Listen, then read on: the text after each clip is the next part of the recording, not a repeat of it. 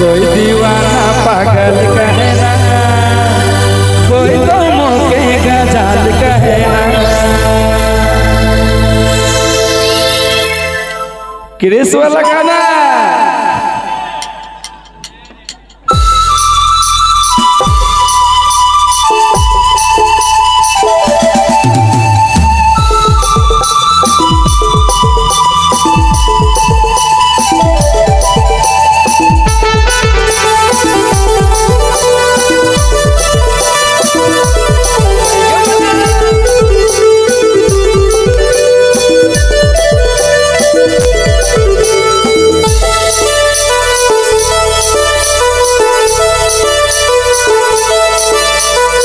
कोई दीवाना पागल कहे ना, कोई तो मौके गजाल कहे ना।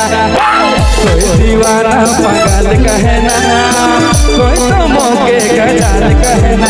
बिना पियल कर मौके मातल कहे ना। कोई दीवाना पागल कहे ना, कोई तो मौके गजाल कहे ना। कोई दीवाना पागल कहे ना, कोई तो मौके गजाल कहे ना।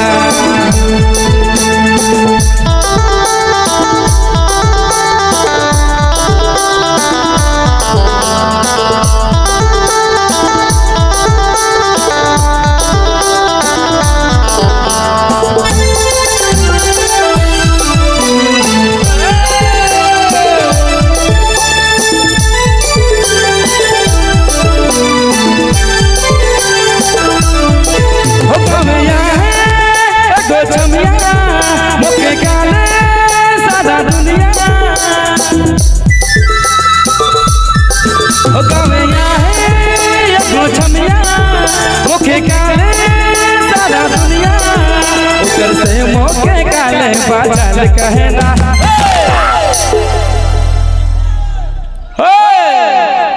देखो ना गाज, देखो ना, देखो ना गाज, हम लोग कहाँ हैं? गेता सूत कर बुकी में है ना।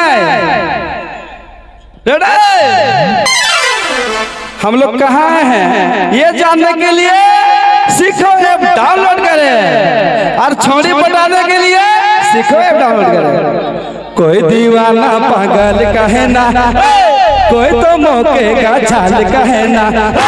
कोई दीवाना पागल कहे ना, मौके का छाल कहे ना।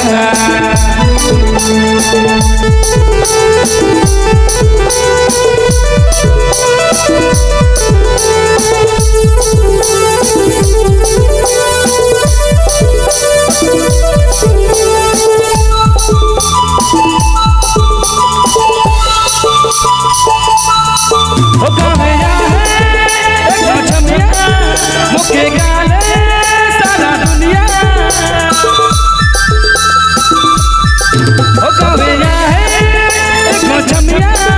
मुखे गाले सारा दुनिया।